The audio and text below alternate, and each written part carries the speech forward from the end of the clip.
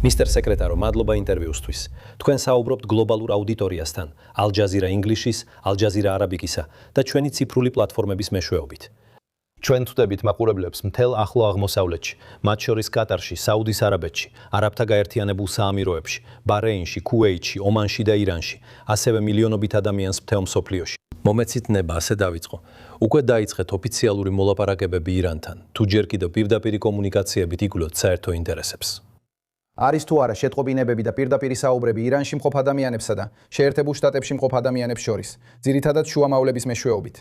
მოლაპარაკებები ნამდვილად იყო და პრეზიდენტს ყოველთვის ურჩევნია დიპლომატია და მოლაპარაკებით მიღწეული შედეგი და ეს უფრო ადრე შეგვეძლო გაგვეკეთებინა. წარმოიდგინეთ ირანის რეჟიმი, რომელიც მილიარდობით დოლარს ტერორისტული ჯგუფების მხარდაჭერასა და იარაღის წარმოებაში კი არ ხარჯავს, არამედ ირანში საკუთარ ხალხში აბანდებს, წყლის დეფიციტს არ დაუშვებს და ეკონომიკას შესაძლებლობებს მისცემს. ირანის ხალხი საოცარი ხალხია. საოცარი, ძალიან გამჭრიახი და მეწარმე ხალხია, მაგრამ მათი რეჟიმი იყო პრობლემა. ამის ნაცვლად მათ აირჩიეს ქვეყნის სიმდიდრის დახარჯვა ჰეზბოლას, ჰამასისა და შიიტურ მილიციებზე ერაყში, სირიის დესტაბილიზაციაზე და ტერორიზმის დაფინანსებაზე მთელ მსოფლიოში, დრონებისა და იარაღის აშენებაზე, რათა მეზობლებს ემუქრონ. მივესალმებოდით ირანს, რომელსაც მომავალზე განსხვავებული ხედვის მქონე ადამიანები უხელმძღვანელებენ და თუ ასეთი შესაძლებლობა გაჩნდება, აუცილებლად გამოვიყენებთ მას. რა არის თქვენი მთავარი მოთხოვნები ირანის მიმართ ომის ამ კონკრეტულ ეტაპზე? ირანის რეჟიმს არასდროს უნდა გქონდეს ბირთვული იარაღი და მან უნდა შეწყვიტოს ტერორიზმის დაფინანსება და იმ იარაღის შექმნა, რომელიც მის მეზობლებს ემუქრება. ამ მოკლე მანძილის რაკეტებს, რომლებიც გაშვებულია, ერთი მიზანი აქვთ: შეუტიონ საუდის არაბეთს, არაბთა გაერთიანებულ საამიროებს, კატარს, ქუვეითს და ბარეინს. ეს არის ამ იარაღის მოქმედების არეალი. მათ ათასობით ასეთი რაკეტა აქვთ და კიდევ ბევრიც ააშენეს. მათი რაოდენობა მართლაც გამორჩეულია. და ამას გარდა მათ სურთ ბირთვული იარაღის ფლობა, რათა დაემუქრონ და შანტაჟი გაუწიონ მსოფლიოს. ეს არასდროს იქნება დაშვებული. ეს ძალიან დიდი რისკია. რას მიიჩნევდით დღეს თეირანის მინიმალურ დათმობად, რომ ეს კონფლიქტი დასრულდეს? ფიქრობ, მათ უნდა გადადგან კონკრეტული ნაბიჯები იმის დასამტკიცებლად, რომ ბირთვული იარაღის მიღებას არ ცდილობენ. თუ მათი მიზანი ბირთვული ენერგიაა, რეგიონში უკვე არსებობს რამდენიმე ქვეყანა, რომლებსაც აქვთ, ან ექნებათ ის საერთაშორისო მექანიზმის დაცვით, რომელიც კარგად არის ჩამოყალიბებული და ყველას მიერ მიღებულია. ეს სისტემა საშუალებას აძლევს საწვავის იმპორტს, რათა უზრუნველყოს ელექტროენერგიის ქსელი და მიაწოდოს ენერგია საკუთარ მოსახლეობას.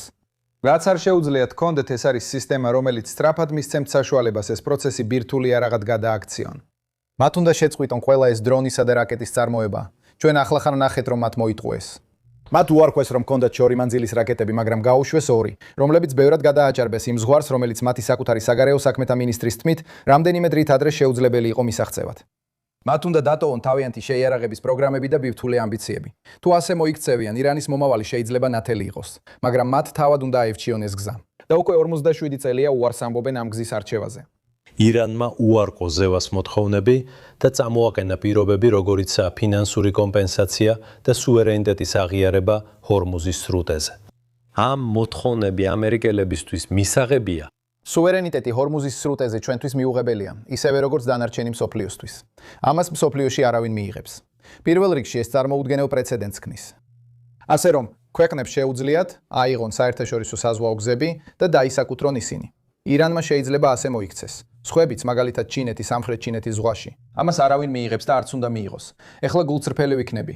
ამერიკის ენერგიის მცირე ნაწილი გადის ჰორმუზის სრუტეზე, იმ ენერგიის, რომელზეც ჩვენ ვართ დამოკიდებული. ჩვენ ვაცნობიერებთ ამ ყველაფრის გავლენას გლობალურ ბაზრებზე და ჩვენს მეზობლებზე. განსაკუთრებით იმ რეგიონულ მოკავშირეებზე, რომლებიც აწარმოებენ ენერგიას და სჭირდებათ მისი ექსპორტი ბაზარზე. ამიტომ რეგიონის არც ერთი ქვეყანა არ უნდა მიიღოს ის, რომ შეერთებული შტატები ამ პირობას არ მიიღებს. ეს არის უკანონო მოთხოვნა, რომელსაც ისინი აყენებენ. ეს უბრალოდ არ მოხდება. სანამ ეკენტივას და ისრაელის კამპანია გრძელდება, არ არსებობს მკაფიო ნიშანი იმისა, რომ ჰორმუზის სრუტე საკმარისად უსაფრთხოა ნავთობისა და გაზის გლობალურ ბაზრებზე დაბრუნებისთვის. თქვენ განიხილავთ გეგმას, რომ უზრუნველყოთ სრული კონტროლი მთელ სრუტეზე. ჰორმუზის სრუტე ღია დარჩება. როდესაც ეს ოპერაცია დასრულდება, ის ასე თუ ისე ღია იქნება. იქნება ეს იმიტომ, რომ ირანი დაიცავს საერთაშორისო კანონებს და არ დაბლოკავს სავაჭრო გზას, ან იმიტომ, რომ გლობალური და რეგიონული კოალიცია შეერთებულ შტატებთან ერთად უზრუნველყოფს მის გახსნას.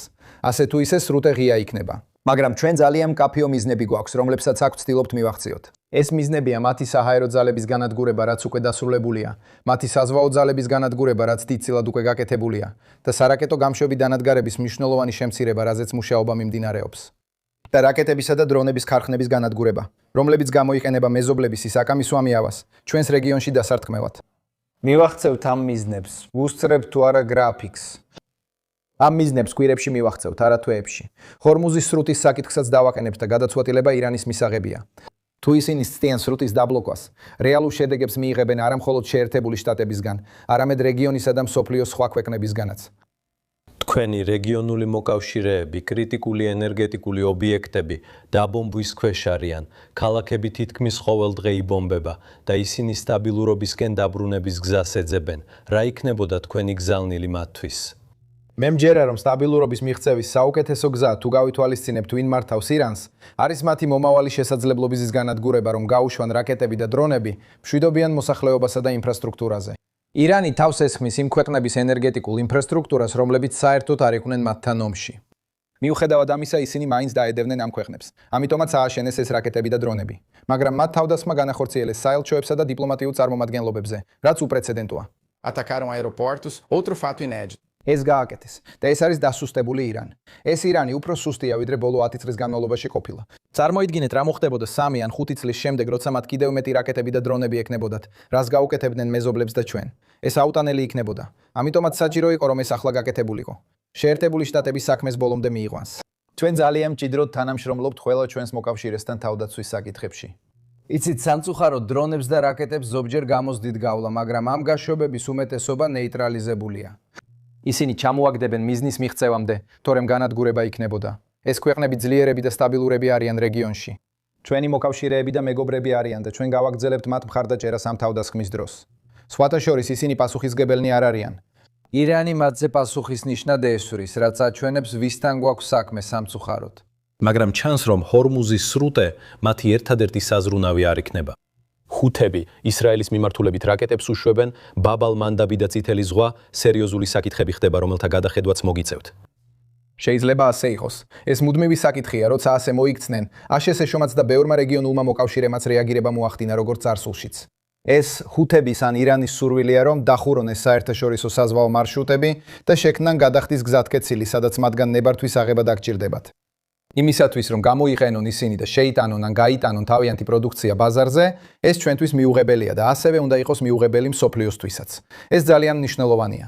მიხარია ბარეინისა და გაეროს ძალისხმევა, რომელსაც ჩვენ უჭერთ მხარს, რათა შეიქმნას კოალიცია, რომელიც უარყოფს ამ გლობალურ სცენარს. და სადაც იქნება ეს ირანელები ერთი მხრიდან, თუ ჰუსიტები მეორე მხრიდან, აკონტროლებენ საერთაშორისო წყლის გზებს და უშლიან ხელს საქონლის მოძრაობას სახელმწიფოებს შორის. ჩვენ ამას არ მივიღებთ და არც მსოფლიო უნდა მიიღოს. თქვენ შემთხვევით გაქვთ რაიმე წინააღმდეგობა მუშტაკ ალ-ხამენეის განცხადებასთან დაკავშირებით? ხელისუფლებაში დარჩენა ამ ყველაფრის დასრულების შემდეგ და ისლამური რევოლუციური გვარდიისთვის იმ კრიტიკული როლის შენარჩუნება, რასაც დღეს ასრულებს. პირველ რიგში ჩვენ არც კი ვიცით მართლა ხელისუფლებაშია თუ არა, მიუხედავად იმისა, რასაც ამბობენ. არავის გაუგონია, არავის სმენია მის შესახებ. ეხლა ყველაფერი გაურკვეველია. არ არის ნათელი, როგორ მიიღება გადაწყვეტილებები ირანში. მაგრამ ჩვენი მიზნები აქ თავიდანვე არ ეხებოდა ხელმძღვანელობას. გსურს ცვლილებების ნახვა, გსურს. ვფიქრობთ, რომ ირანის ხალხი იმსახურებს უკეთეს ხელმძღვანელობას ვიდრე ის, რაც სასულიერო რეჟიმისგან მიიღო. რა თქმა უნდა, გული დავწკდებოდა თუ ხელმძღვანელობა შეიცვლებოდა. არავითარ შემთხვევაში, თუ რაიმე შეგვეძლო გაგვეკეთებინა ამის გასაადვილებლად გვექნებოდა ინტერესი მონაწილეობაში, რა თქმა უნდა, მაგრამ ეს არ იყო ამ ოპერაციის მიზანი. ამ ოპერაციის მიზანი იყო, როგორც პრეზიდენტმა პირველივე ღამით მკაფიოდ განაცხადა, მათი საჰაერო ძალების განადგურება, რაც უკვე შევძელით. საზღვაო ძალების განადგურება, რაც დიდწილად უკვე განხორციელდა და ქარხნების განადგურება, ანუ იმ ქარხნების, რომლებიც ამ იარაღს აწარმოებენ. ნიშნულოვნად შეგონცირებინა მათი რაკეტების გამშვები დანადგარების რაოდენობა, რათა არ დაემუქრონ მეზობლებს და შეერთებულ შტატებს. ეს იყო ჩვენი მიზნები. ამაზე ვართ კონცენტრირებულები და ამას ვცდილობთ. კარგად მივდივართ ამ მიზნის მისაღწევად. სრულად შეთანხმებული ხართ ისრაელელებთან მიზნებსა და შედეგებზე. მათ აქვთ განსხვავებული მიზანი. ისინი კონცენტრირებულნი არიან ირანის ჩრდილოეთში მდებარე საშუალო მანძილის რაკეტებზე, რომლებიც მათზეა მიმართული. ჩვენ კოორდინირებთ და ვცდილობთ ავიცილოთ კონფლიქტი მათთან ჩვენი ოპერაციების დროს, მაგრამ მათი ფოკუსი განსხვავებულია. ჩვენ ამას არ ვაკრიტიკებთ. ეს საკითხები მათთვის საფრთხეა. ის საშუალო მანძილის რაკეტები, რომელსაც ირანი უშვებს და რომელიც ისრაელს აღწევს, სწორედ ის საფრთხეებია, რომელსაც ისინი აწყდებიან. ისინი ასევე აწყდებიან ჰეზბოლას საფრთხეს, რომელსაც ასევე ებრძვიან. ასე რომ მათ აქვთ თავიანთი მიზნები და ჩვენ ვცდილობთ ავიცილოთ კონფლიქტი, რომ შეჯახება არ მოხდეს. მაგრამ პრეზიდენტმა რაც შეეხება შეერთებულ შტატებს, მკაფიოდ დაავალა მისია, რომელსაც ვასრულებთ და რამდენიმე კვირაში ჩვენს მიზნებს მივახცევთ. თქვენ ფიქრობთ, რომ ევროკავშირი და ნატოს ქვეყნები ამ ეტაპზე ზევას უღალატეს? ფიქრობ ეს ძალიან იმერგამაცრუებელი იყო ასეა. მაგრამ პრეზიდენტს და ჩვენს ქვეყანას მოუწევთ ამ ყველაფრის გადახედვა მას შემდეგ, რაც ეს ოპერაცია დასრულდება. ერთ-ერთი მიზეზი, რის გამოც ნატო სასარგებლოა შეერთებული შტატებისთვის, არის ის, რომ ის საგანგებო შემთხვევებში ბაზებს გვაძლევს. ის გვაძლევს საშუალებას განვათავსოთ ჯარები, თვითმფრინავები და იარაღი იმ მსოფლიოს ნაწილებში, სადაც ჩვეულებრივ ბაზები არ გვექნებოდა, მათ შორის ევროპის დიდ ნაწილში. საჭიროების დროს ზევა ეროვნული უსაფრთხოებისა და ჩვენი ინტერესებისთვის სერიოზულ საფრთხეს წარმოადგენდა, რის გამოც საჭირო გახდა ამ ოპერაციის ჩატარება.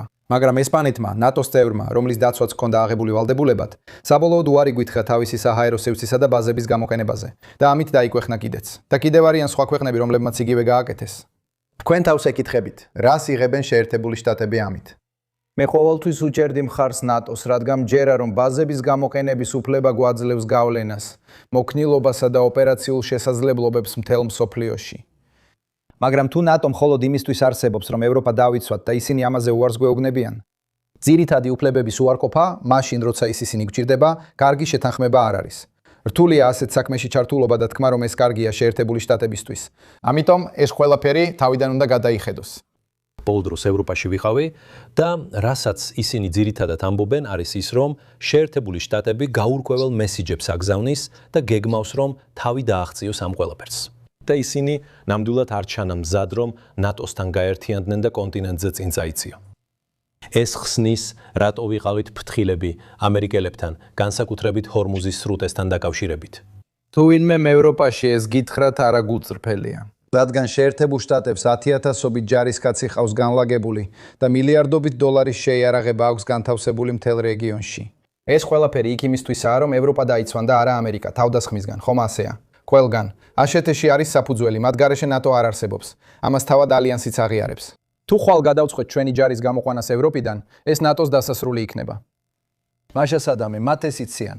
ჩვენ ნატოდან ჯარს არ გამოვიყვანთ. ვინც ამას ამბობს, არ არის გულწრფელი, უბრალოდ თამაშობს. საბოლოო ჯამში ყველაფერი მარტივია. ნატო ალიანსია. ალიანსი უნდა იყოს ურთიერთსასარგებლო. ის ვერ იქნება ერთმხრივი. ვიმედოვნებთ, რომ ამას გადავჭრით. ამას მოგვიანებით მივხედავთ. ეხლა ამ ოპერაციაზე ვართ კონცენტრირებულნი. გადავიდეთ სხვა თემაზე, მინდა თქვენთან ვენესუელაზე ვისაუბრო. პრეზიდენტ ნიკოლას მადუროს დაკავების შემდეგ. შეგიძლიათ მოგვიყვეთ მეტი თქვენი გეგმების შესახებ ვენესუელასთან დაკავშირებით მომავალში. ფიქრობ ყველაფერი ძალიან კარგად მიდის. ოპერაციის შემდეგ ყოველთვის ამას ვამბობდით. ჩვენი პრიორიტეტია ქვეყნის სტაბილიზაცია და სამოქალაქო ომის თავიდან აცილება. ჩვენ არ გვინდოდა სისტემური კოლაფსის ნახვა და არც მასობრივი მიგრაცია. თქვენ არც ერთი მათგანი არ გინახავთ. რაც ნახეთ არის ის, რომ მრავალი ათწლეულის შემდეგ პირველად ვენესუელა ახლა თავის ნავთობს საბაზრო ფასად ყიდის. და ეს ფული ბრუნდება, რათა ვენესუელის ხალხის სასარგებლოდ დაიხარჯოს. ის გამოიყენება სამედიცინო პროდუქტებისა და აღჭურვილობის შესაძენად და მასწავლებლების ხელფასების დასაფარად. მასწავლებლების, პოლიციელების, საჯარო მოხელეების და ასევე ქალაქის დასუფთავების მუშაკების ხელფასები. ეს ძალიან მნიშვნელოვანი ნაწილია. მეორე ეტაპი, რომელიც სტაბილიზაციასთან ერთად მიმდინარეობს, არის ფუნდამენტური ელემენტების აღდგენის პერიოდი, რაც ქვეყანას აძლევს საშუალებას განვითარდეს და გაიზარდოს. კომპანიები კი დაბრუნდნენ. ეხლა ვქმნით იმ ტიპის სტაბილურობას, რომელიც დიდ კომპანიებს აბრუნებს. უკვე ვიწყებთ ამის ხილვას, მაგრამ თქვენ ასევე ხედავთ, რომ სამოქალაქო ცხოვრება ბრუნდება აქტიურ რეჟიმში. დამოუკიდებელი მედია უკვე მუშაობს, პოლიტპატიმრები გათავისუფლდნენ. პოლიტიკური პარტიები კვლავ ფორმირდება, ადამიანები საუბრობენ და მონაწილეობენ საზოგადოებრივ ცხოვრებაში. და ბოლოს გსურთ იხილოთ სრული ტრანზიცია. იმისთვის, რომ ვენესუელა მიაღწიოს თავის ეკონომიკურ პოტენციალს, მას სჭირდება სტაბილური დემოკრატიული მთავრობა, რომელიც ინვესტიციებს მიიზიდავს კანონების, სასამართლოების და ლეგიტიმურობის გამო. ასე რომ ჩვენ სწორ გზაზე ვართ და ამაში დიდი დამსახურება აქვს დროებით ხელისუფლებას, რომელმაც ეს პასუხისგებლობა საკუთარ თავზე აიღო. ჩვენ ყოველდღე ვესაუბრებით ჩვენს საელჩოს. ამ საკითხთან დაკავშირებით ძალიან ოპტიმისტურად ვართ განწყობილი. ბევრი ფიქრობს, რომ ვაშინგტონი კუბაზე კონცენტრირდება, როგორც კი ახლა აღმოსავლეთში ომი დასრულდება. რა გადაწყვეტილებებს ამ პოლიტიკას ისურვებდით, რომ გეხილათ რეჟიმის ცვლილებისთვის? პატიოსნადრო ვთქვა, ჩვენ კუბისგან არაფერი გვჭირდება, პირიქით მათ ჩვენ ვჭირდებით. გულისხმობ მათ რეჟიმს. კუბის პრობლემა ფუნდამენტურია. ვცდილობთ ეს აუხსნათ ყველას, ვისაც მოსმენა სურს. მათი სისტემა არ მუშაობს. ეკონომიკური სისტემა ასტემა აღუწერელია და სრულიად არაეფექტური. ეს ნამდვილი სისტემა არ არის და არაფერი შეიცვლება თუ მთავრობა არ შეიცვლება. ბოლო დროს თქვეს, კუბურ ამერიკელებს უკვე შეუძლიათ ინვესტიცია განახორციელონ კუნძულზე, მაგრამ რაში უნდა ჩადონ ინვესტიცია? ინვესტიცია ჩადო ქვეყანაში, სადაც არსებობს თვითნებური კანონები, არ არის ჩამოყალიბებული სასამართლო და სამართლიანობის სისტემა. ვინ ჩადებდა ასეთ რამეში ინვესტიციას? ეკონომიკური კეთილდღეობაც შეუძლებელია მინიმალური პოლიტიკური თავისუფლების გარეშე. თუ ქვეყნის ეკონომიკურ ცხოვრებაში მონაწილეობ და არ მომწონს არსებული რეგულაციები ან წესები, რომლებიც ზიანს მაყენებს, უნდა მქონდეს უფლება პრეტენზია გამოთქვა. და იმ ქვეყანაში შენ პრეტენზიის გამოთქმა არ შეგიძლია, თორემ დაგაპატიმრებენ. ასე რომ კუბამ უნდა იმოქმედოს თუ მართლა უნდა ამოვიდეს ამ მდგომარეობიდან. იმ მდგომარეობაში, რომელშიც ისინი რეჟიმის გამო არიან, მართლა სერიოზული რეფორმების გატარება სჭირდებათ როგორც მთავრობაში, ისე ეკონომიკაში. თუ ისინი მზად იქნებიან, ჩვენ დავეხმარებით. ჩვენ არაფერი დაждითი არ გავიკეთებია კუბის რეჟიმის წინააღმდეგ. ერთადერთი ცვლილება ის არის, რომ ისინი ვენესუელის ნავთობს უფასოდ აღარ იღებენ. ისინი სუბსიდიებს აღარ იღებენ. ეს არის ერთადერთი რაც შეიცვალა. ეს გათიშვები, რომელთა შესახებაც იუწყებიან, ჩვენი ბრალი არ არის. ისედაც ხდებოდა გასულ წელს, რადგან ისინი 1950-იანი წლების ტექნიკას იღენებენ ელექტროქსელში, რომელსაც არც მოვლა და არც მოდერნიზაცია არ ჩატარებია უბრალო არაკომპეტენტურობის გამო. ამიტომ ხდება ეს გათიშვები. მაშ ჩემი ბოლო კითხვა თუ არ გეცხინებათ. გაქვთ რაიმე მკაფიო წარმოდგენა, როდის დასრულდება საბოლოოდ ომი ახლო აღმოსავლეთში? ოპერაცია ირანში დასრულდება, როგორც კი ჩვენს მიზნებს მივახცევთ, როგორც უკვე აღვნიშნე. უკვე გავანადგურეთ მათი საზღვაო და საჰაერო ძალები. სისტემურად ვანადგურებთ მათი იარაღის ქარხნებს. ასევე მუშაობთ იმაზე, რომ მნიშვნელოვნად დავაზიანოთ მათი რაკეტების გამშვები დანადგარები. როცა ამ მიზნებს მივახცევთ, ოპერაციის მიზანით შესრულებული იქნება და ეს თვეები არ გაგრძელდება, ეს კვირების საკითხია. ზუსტად რამდენი კვირა ამას არ ვიტყვი, მაგრამ ეს კვირებია და არა თვეები.